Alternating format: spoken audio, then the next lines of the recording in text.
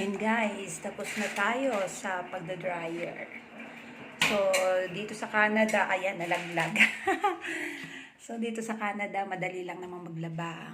So, ipapasok mo lang, magbabayad ka lang, and then, wait mo na lang sa time.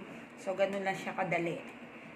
So, no need na kung ano pang kuskus balungos. Okay? So, ngayon, itong washing, yung pagwa-washing, 30 minutes to 45 minutes lang dito. So, yon at malamig siya.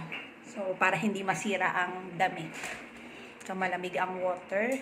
And ngayon, itong dryer, yan. Yung dryer ko, napakadami, di ba? Yan.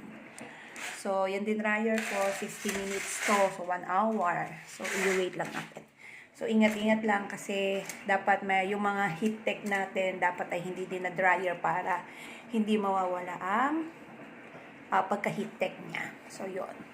So, ngayon, tapos na tayo. Kunin na natin to at titiklopin naman natin sa taas.